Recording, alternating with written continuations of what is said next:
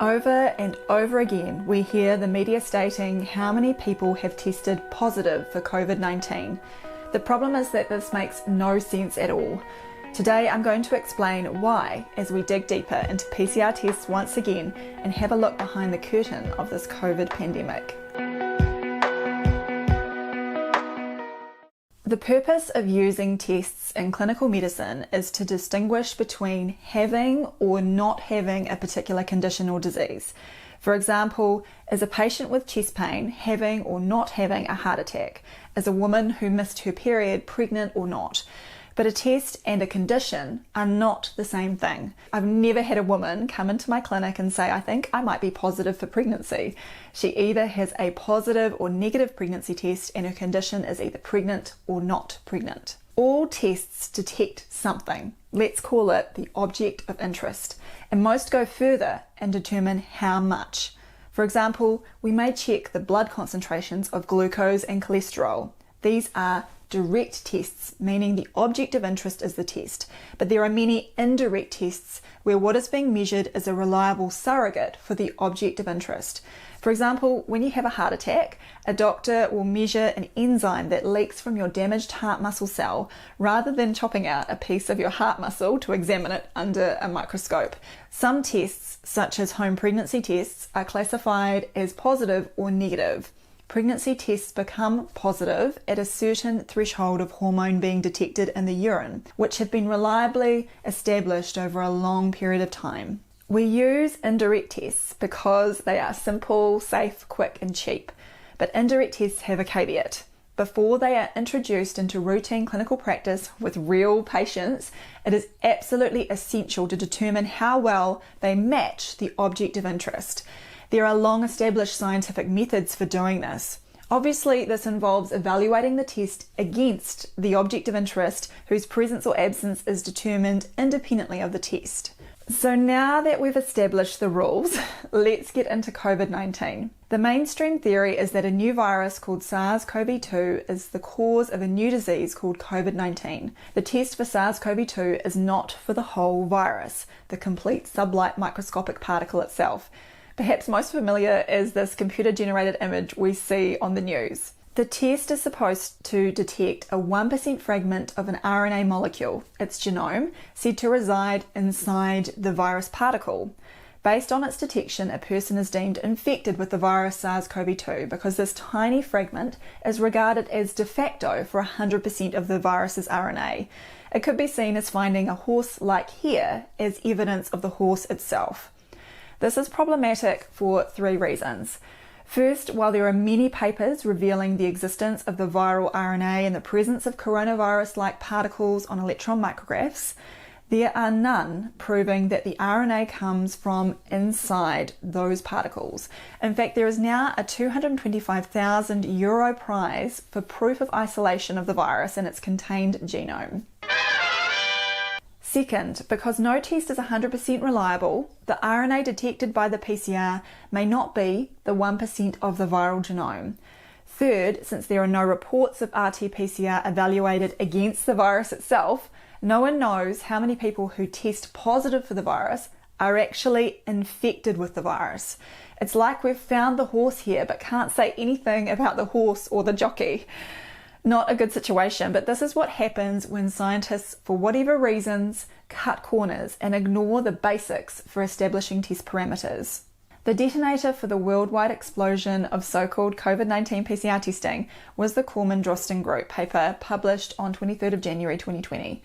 Incredibly, the paper was accepted for publication within 24 hours of submission, and several authors failed to declare their financial conflicts of interest with a commercial PCR test lab. Also, somewhat unusually, version 1.0 of the paper protocol appeared on the WHO website 9 days before the paper was even accepted for publication. But the Corman-Drosten paper was just a lab study, meaning it didn't establish the validity of using the test in the real world. No evidence was provided about how a positive test related to the condition of COVID-19. As I've discussed in previous videos, this wasn't the only problem with this paper, and on the 26th of November 2020, a consortium of health professionals and scientists sent a retraction request letter to Eurosurveillance outlining their multiple concerns. I believe they are still awaiting a response. Back in January 2020, however, it was too late, and a test that had no track record was promoted to the world as the best way to diagnose COVID-19. When the mainstream media and government scientists started telling the public that the COVID-19 PCR tests were 95% or 99% accurate, it was not made clear to the public what that actually meant. In New Zealand, for instance, the Ministry of Health website stated, and this is in February 2021, that a recent laboratory study found that different COVID-19 testing kits correctly detected COVID-19 in samples more than 95% and frequently 100% of the time. This statement is problematic for many reasons, including confusing COVID-19, the condition, with SARS-CoV-2, the alleged virus. The RT-PCR does not test for COVID-19 in samples, and if correctly detected means accuracy, the latter cannot be determined without first evaluating the true positive and true negative rates of the RNA test for infection with SARS-CoV-2.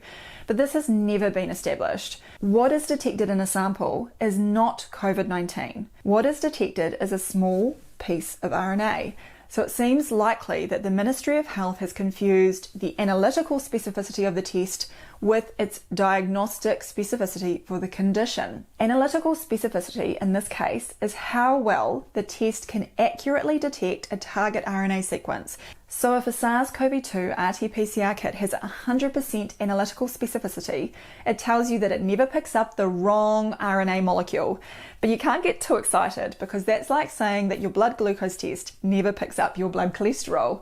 What we need to know is the diagnostic specificity, which is the probability that the test will be negative when the condition is not present. For example, a pregnancy test that has 100% diagnostic specificity would mean we expect all non-pregnant women to test negative. Therefore, even if a SARS-CoV-2 RT-PCR kit has 100% analytical specificity, it is still meaningless as a test for viral infection without proof of the diagnostic specificity determined against the virus. And this has never been established at all. It has been amazing to see in recent times that some virologists have turned into chemists under the spell of PCR. I was stunned to hear Australian Professor of Virology, Bill Rollinson, make the following statement last year on a broadcast. With basic science and improving diagnostics and the ability to sense a molecule, and after all, a virus is just a piece of RNA molecule.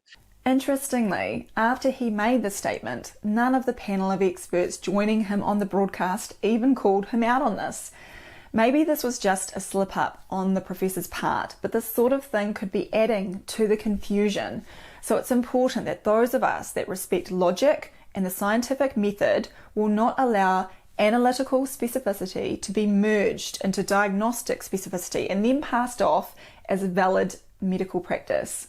However, the lack of formalised clinical diagnostic criteria for COVID-19 seemed to allow the sleight of hand to be hidden in plain sight. I made a video titled, "What is a COVID-19 case?" in late 2020 addressing this very issue. In my presentation, I show that the WHO's official document states that a confirmed COVID-19 case is a person with laboratory confirmation of COVID-19 infection, irrespective of clinical signs and symptoms. This was a bad look for the WHO because it openly admitted that cases were not required to be related to disease. Just 3 days later, they removed the statement and published a completely revised document. While the new version looked more scientific, essentially nothing had changed, as a confirmed case could still be a person with a positive nucleic acid amplification test. So any old positive PCR test will do. To add to the smokescreen, the WHO website released another PCR update on the 20th of January 2021, stating the assays are indicated as an aid for diagnosis. Yes, what you see. Iceberg, right ahead! Thank you. On 11th of November 2020, the COVID-19 PCR tests hit some of their first major legal problems. Judges in the Lisbon Court of Appeal delivered some decisive rulings, including, in view of current scientific evidence, this test shows itself to be unable to determine beyond reasonable doubt that such positivity corresponds in fact to the infection of a person by the SARS-CoV-2 virus. That I can certainly agree with. They also said the test reliability depends on the number of cycles used. which is being far too generous because no diagnostic specificity was ever established, so cycle thresholds are meaningless in this regard as well. Don't get me wrong, I'm not saying that reducing cycle threshold requirements for a positive case wouldn't be a good start. It's likely that a cycle threshold of, say, 25, down from the 40 cycles typically being used, would result in such a dramatic decrease in cases that panicked policymakers would be forced to concede that they've been swept up in a PCR pandemic. With regards to even 36 or 37 cycles being classified as positive for COVID-19, PCR expert Professor Stephen Buston stated back in April 2020, it's absolute nonsense. It makes no sense whatsoever. From his point of view, once you get above a cycle of about 35, that would be roughly equivalent to a single copy of target RNA. And with a single piece of RNA, it would be absurd to conclude that a person is infected.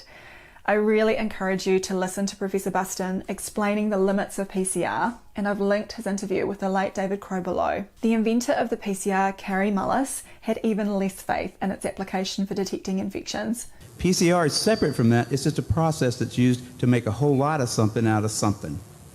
That's what Also, it is. But it's not, it doesn't tell you that you're sick, and it doesn't tell you that the thing you ended up with really was going to hurt you or anything like that. I wish I could tell you that many of the policymakers are following the science, but I get the feeling the situation is going to go on for a bit longer. Keep the conversation going in the comments and let me know if there are other aspects about PCR or diagnostics you would like me to cover next. To help sustain my channel in this time of